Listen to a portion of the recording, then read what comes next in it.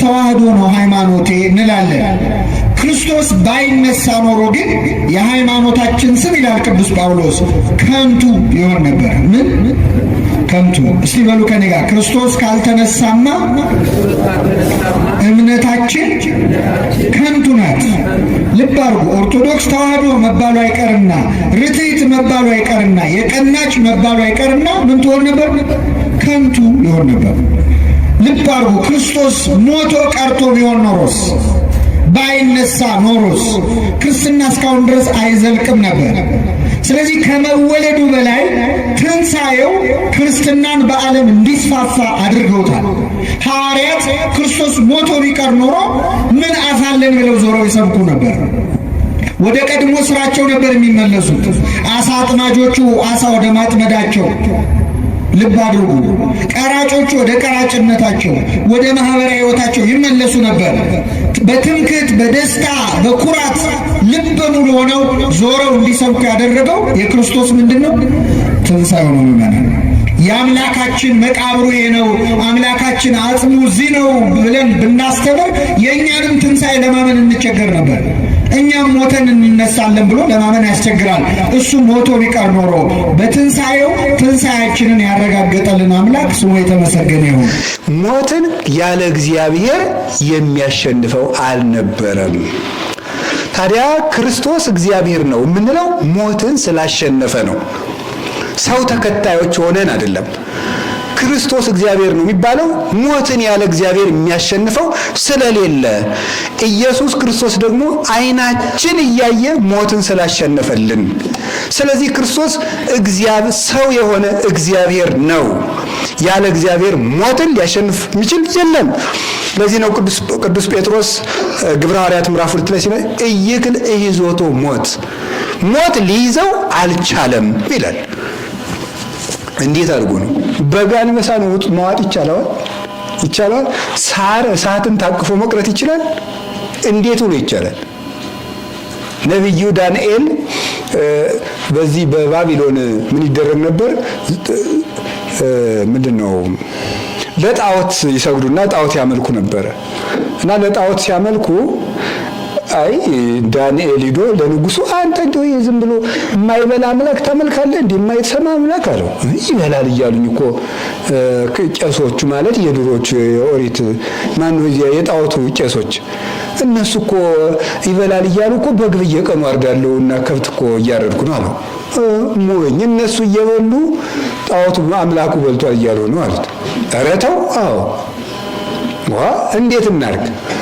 እነሱ ሳይሰሙ መስዋዕቱ በሙሉ ታርዶ በጉ ጠጁ ተዘጋጅቶ ይቆለፍ። እነሱ ከሄዱ በኋላ እኛ አመድ ነስንሰን እንሄዳለን። አመድ ነስንሰው ሄዱ። ያ ቄስ ሌት ማለት የጣዖቱ ቄስ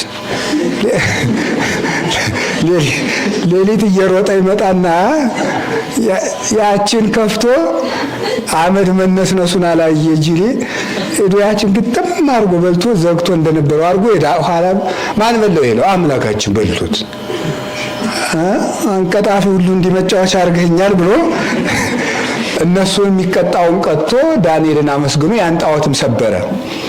ዲያብሎስ ተንኮለኛ አይደል? ምን አደረገ ታዲያ? የሚበላ አምላክ ዘንዶ አለ አይደል? እንዲህ ያለው በጆሮ ሹክ አለው። ይኸው ያኛው እንግዲህ አይበላም ብለ ይሄ ዘንዶ እንግዲህ ይበላል አለው። ይሄም አቅም የለውም አለው። ምን እናደርግ? እኔ ልፈትነው። ይሄ ነው ዘንዶ ሲመጣ ነብዩ ዳንኤል አለሎ የሚባል ደንጊያ አለ። አለሎ ማለት ምንድነው? በቃ ነቅ የሌለው ድንጋይ ይለዋል ቅዱስ ቄርሎስ። በዚህም ፍርቅ የሌለው እንደው ቢሉት በጀማይል ማለት ነው። በዚህ የገጠሩ ሰው ወንድ ድንጋይ ይለዋል። ያው መቼስ ወንድ ልቡ ጠንከር ያላል ከባድ ነው እኮ። አዎ ወንድ ሴቶች ርህሮች ናቸው። ወንድ ደግሞ ልቡ ሁሉም የራሱ ድካም አለው ብንል ይሻላል አይደል? አዎ እንደዚያ ነው። ወንድም ጥሩ ነው፣ ሴትም ጥሩ ነው። እንደሱ ነው። ነገር ይችል ነው ገሌ ጥሩ የሚባል ነገር የለም። ሁላችንም የእግዚአብሔር ቤተሰቦች ነን እና ያንን አለሎ አጋለውና ከጋለ በኋላ ዳንኤል በላዩ ላይ ስብ ስጋ ጨመረበት። በጣም ቀይ ሆኖ የጋለ ደንጊያ ነው። ስቡ ሲሸተው ዘንዶ እበላዋለሁ ብሎ ሊውጥ መጣና ሲያደርገው ውስጥ ምን አለ? የጋለ አለሉ አለ። ከሁለት ስንጥቅ አደረገው ማለት ነው። አያው ይሄ አምላክ ነው የምትለው ባለሉ ድንጋይ የሚሰንጠቅ ነው። አምላክ የማይሞት የማይታመም እግዚአብሔር ነው አለው።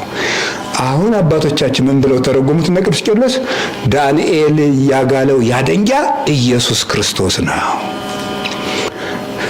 ለዘንዶ የሸተተው ስብ ስጋ የተባለው ክርስቶስ የለበሰው ስጋ ነው። ለዘንዶ ሸተተው ማለት ሞት ክርስቶስ ሲቸነከር፣ ሲገረፍ፣ ሲደማ ሲያየው ደካማ መስሎት ነበረ። ሰውራን ሊውጣው መጣ።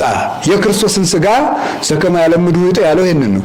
እንደ አብርሃም ስጋ መስሎት፣ እንደ ሌሎች ስጋ መስሎት ዋጥ አረጋለሁ ሲል ከውስጥ እሳተ መለኮት አለ። ክርስቶስ ስጋን የለበሰ እሳት ነው። በመለኮትነቱ አለት የዚያን ዘንዶ ጥርሱን ወጸምጸሙ አጽና አስናን ይሁ ይላል ራዕየ ዮሐንስ ላይ ጥርሱን ውልቅልቅ አርጎ ጣለበት።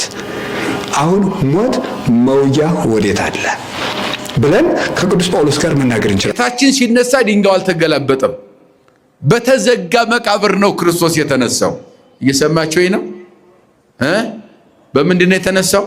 አንዳንድ ጊዜ እንደው መልአኩ ድንጋዩን አገላብጦ ተቀምጦበት ይላል ወንጌል።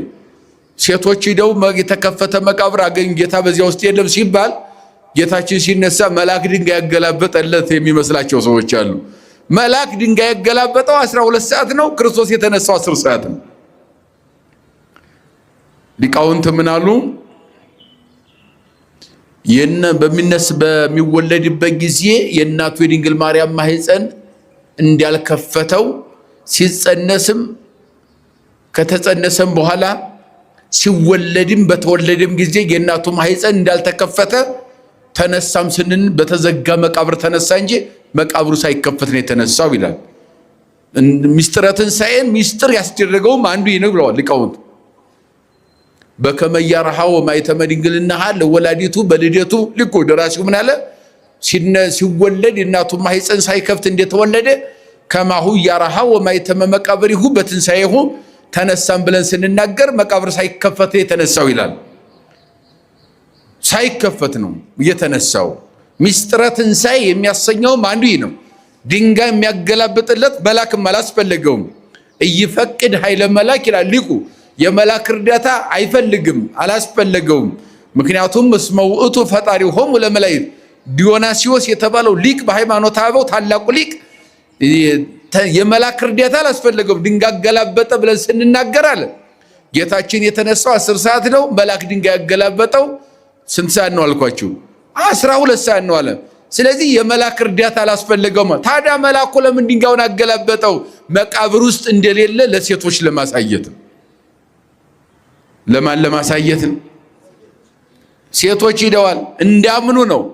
እና በሶስተኛው ቀን ነፍሱ ከስጋው ተዋሃደች፣ ተነስቶ መላእክት ትንሣኤውን ለሴቶቹ ለቅዱሳት አንስት ነገሯቸው፣ አበሰሯቸው። የምስራች ጌታ ተነስቷል አሏቸው።